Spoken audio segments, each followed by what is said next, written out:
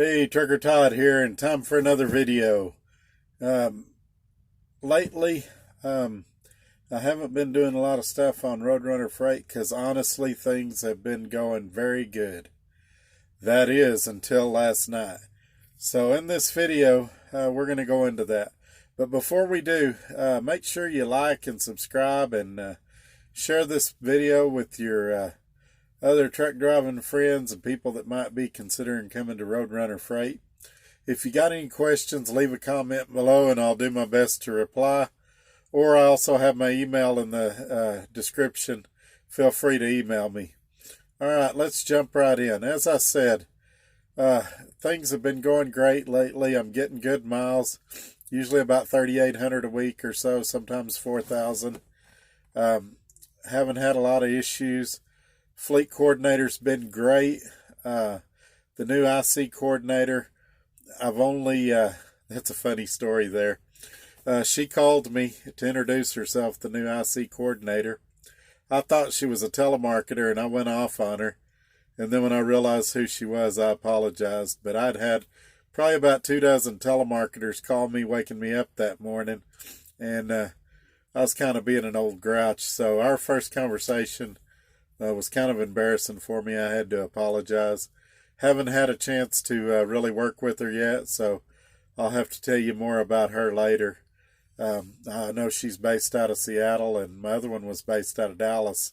So geographically, I wish she was in Dallas, but a buddy of mine had her as his fleet coordinator when he was, or IC coordinator when he was here, and he gave her rave reviews. He really liked her, so I'm sure at some point her and I will work together, and I'll tell you about her when I've got a story to share. But the fleet coordinator, he's been great.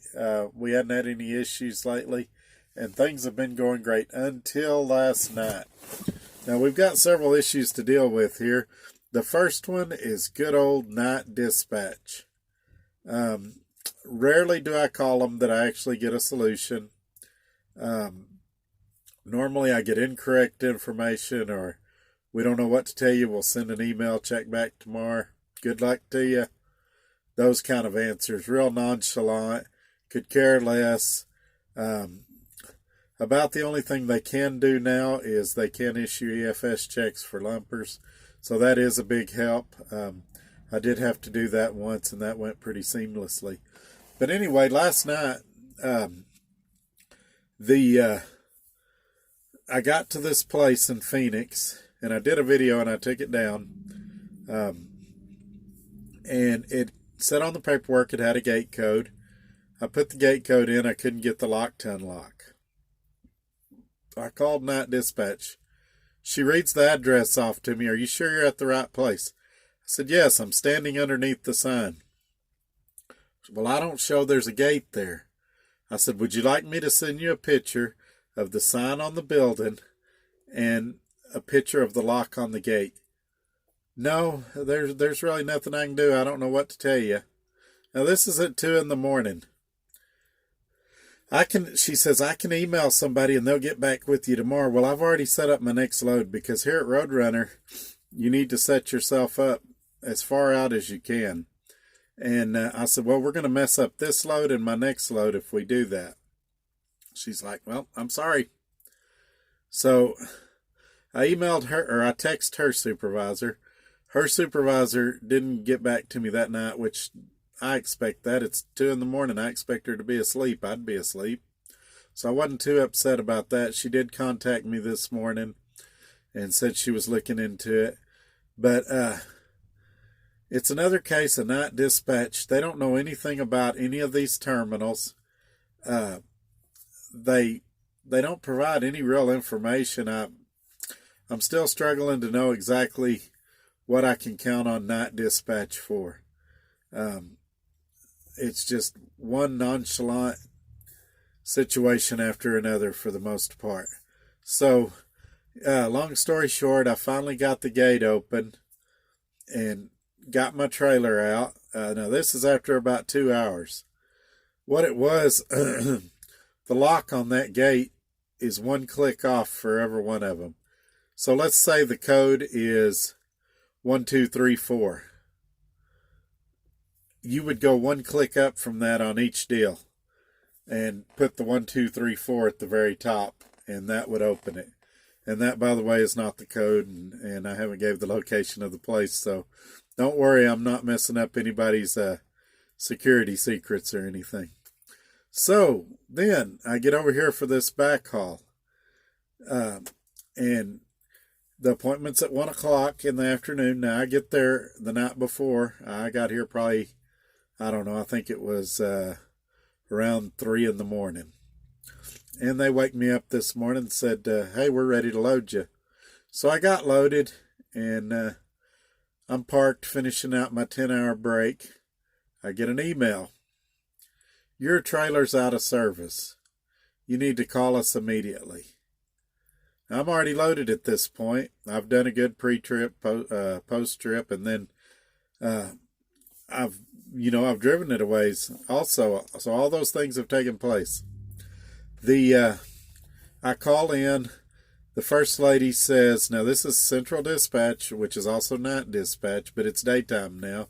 So daytime you expect things to be better, and I'll admit they're a little better. She says, hey, Todd, I don't see nothing wrong with your trailer. I don't know why it's out of service. Let me transfer you over to the maintenance department. I go over there. They say, your annual inspection's out.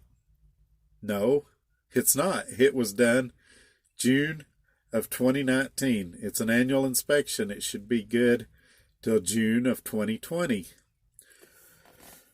Well, I find out at this point that an annual inspection at Roadrunner is 6 months. It's outside the 6-month window. So I did my inspection correctly. The trailer is legal to go down the highway, but now I've got to stop at a shop and spend 2 or 3 hours waiting while they inspect it, when it could easily be done in a few days when I'm in Dallas and we don't hold up my productivity. But once again, no. So I say, okay. He says, where are you at? This is the maintenance guy now. I said, I'm in Tucson. I'm going west on I-10, and then I'll be going north on I-25 in New Mexico. He says, I-10 in Texas? I said, no. I just told you I'm in Tucson, Arizona. Oh, the guy's clueless. He says, so are you going east or west? I said, I'm going east to I-25 in New Mexico, and then I'm going north. All right. Well, at this time, I'm getting loaded. I've just woke up. I'm not that coherent. He says, all right, I got you booked at the TA in Eloy, and I told them when you'll be there and everything, and so they'll get your trailer taken care of. I said, all right. I hang up.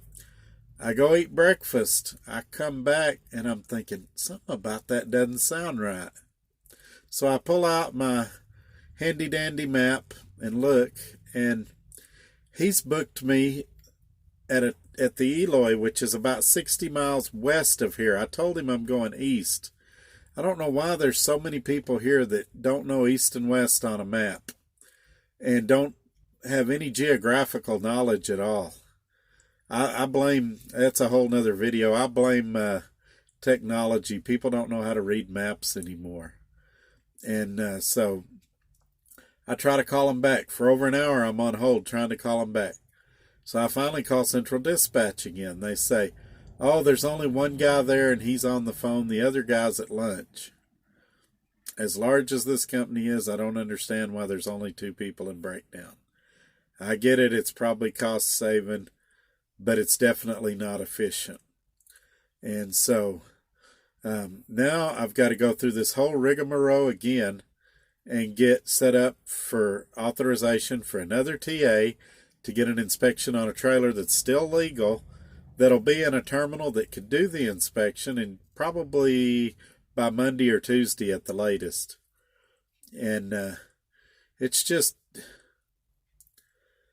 I got to be careful here because I want everybody to understand it's been really, really good here lately. This week I got a pretty decent paycheck. And 90% of the time, I'm very happy here. I said in a previous video that it's the best place I've ever drove a truck for, and I believe that, and I still feel that way.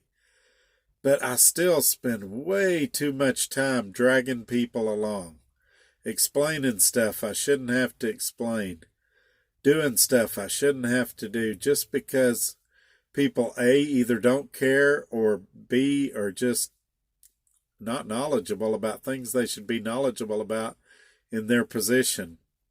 And so, yeah, if I look a little frustrated, it's because I am. And I don't know what else to say about this, but I'm going to wrap this one up before I say something I regret. Y'all have a great day. I want to thank everybody for watching, and again, remind everybody to like and subscribe. I'm going to have some more stuff coming, and I'll probably be a lot happier in the next video. Y'all have a great day. Thanks for watching. Bye.